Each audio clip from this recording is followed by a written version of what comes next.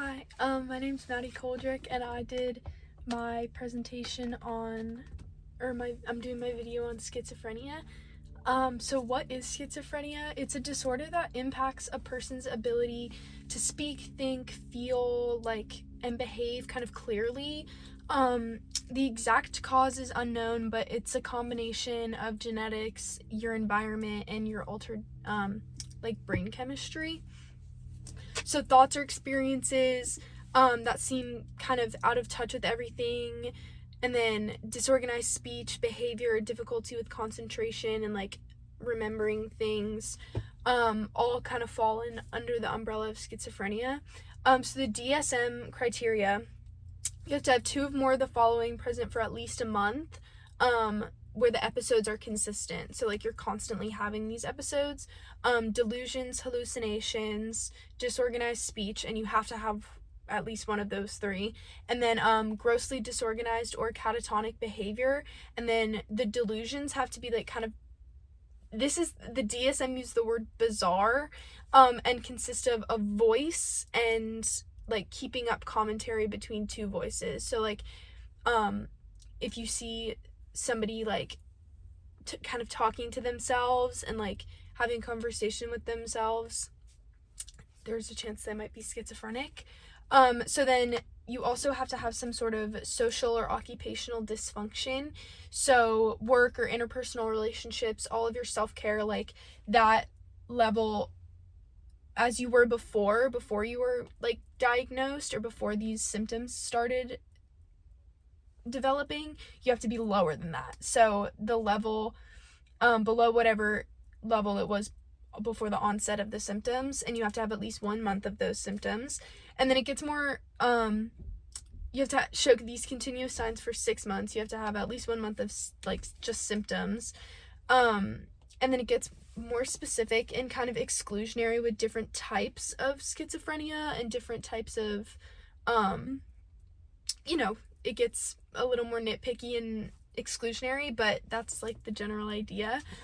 So then I did 3 different I looked at 3 different studies. One was a haloperidol, which is a schizophrenia drug, versus just the placebo drug, so nothing.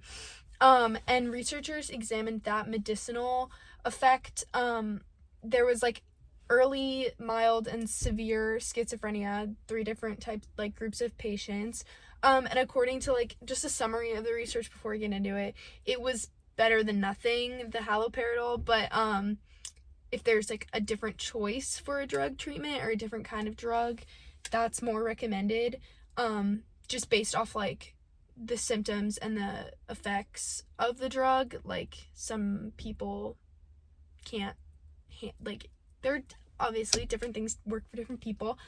So they evaluated the clinical effects of haloperidol for the management of schizophrenia and other similar serious mental illnesses, but we're just looking at the schizophrenia one.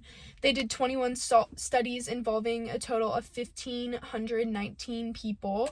So haloperidol was found to be better than the placebo and improving general functioning in the short term, 0 to 6 weeks, and general functioning in the medium term in 6 to 24 weeks. But none of the people, that's when they stopped recording at 24 weeks. But a significant number of people on haloperidol compared to the placebo suffered from at least one of the effects, mainly stiffness, dystonia, and movement disorder like Parkinson's, and shaking, restlessness.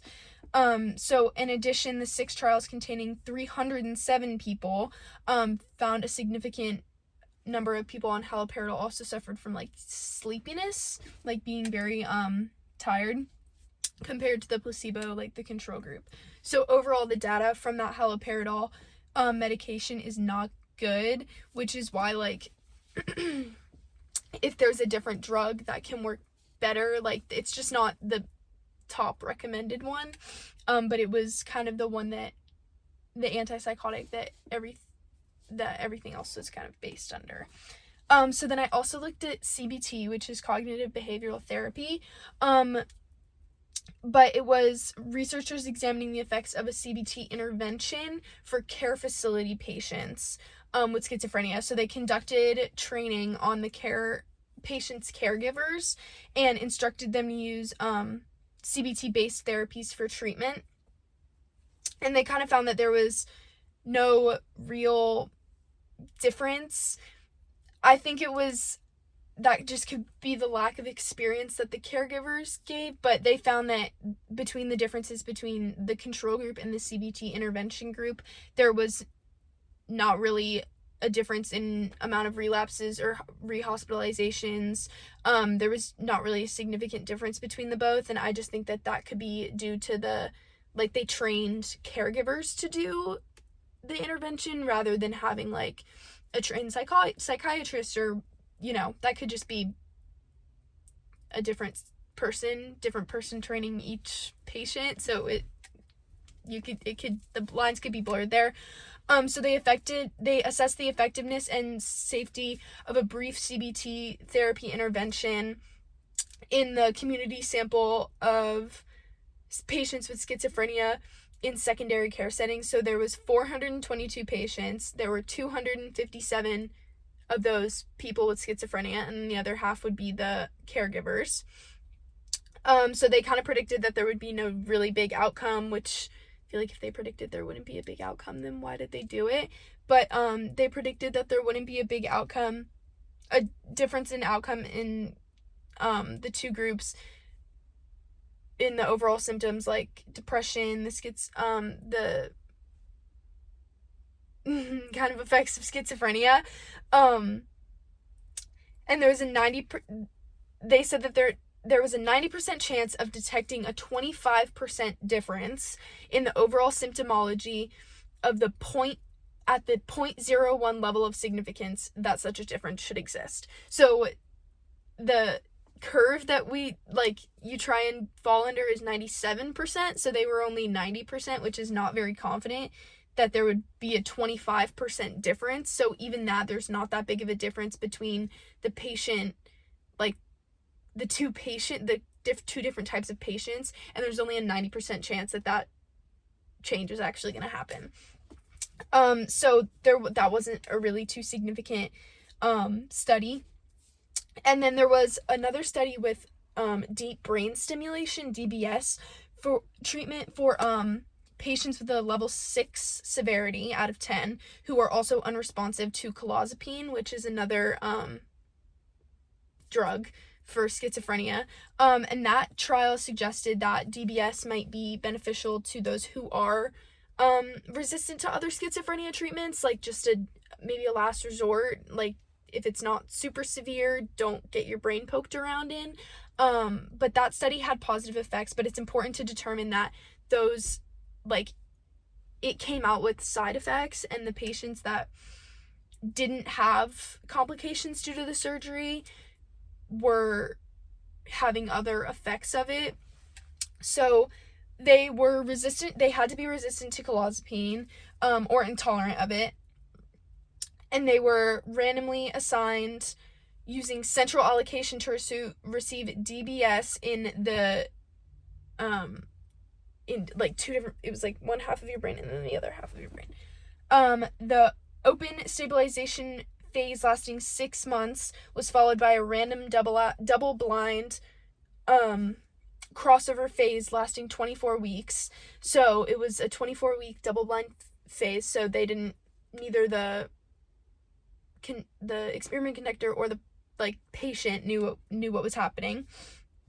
And they studied it over 24 weeks for those who met the criteria.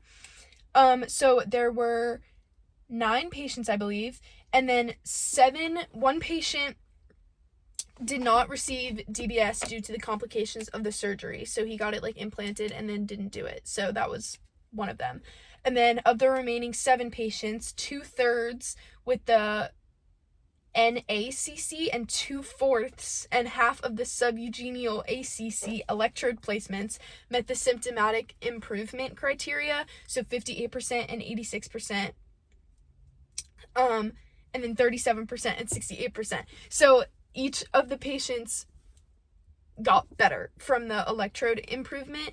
The 4th patient, 3 of the patients entered the crossover phase, so it got better and then kind of got worse. And then they all showed worsening after, so the simulation was discontinued. It wasn't clear on how many weeks it took for the simulation to get discontinued, but they stopped before the 24 weeks was over. And then the fourth patient worsened after the current was switched off accidentally. It was just like turned off accidentally without her or the investigator's knowledge. So the physical adverse effects were uncommon, but two of the patients had developed persistent psychiatric adverse effects like the negative symptoms, apathy, and mood instability. So yeah, that one, the DBS seemed to work the best out of the three different things, but none of them really worked very well. The medicinal, just haloperidol, was not found to be a very good drug to use. So there are other drugs to use if the medicinal approach is your thing. CBT, I just think that they should have done it in a different way. Like they should have had the people that were training the caregivers just doing the CBT instead of spending all their time training the caregivers to do it to give it to someone else.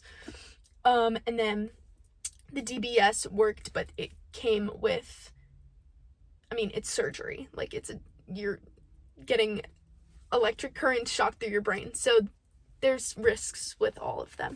So yeah, thank you.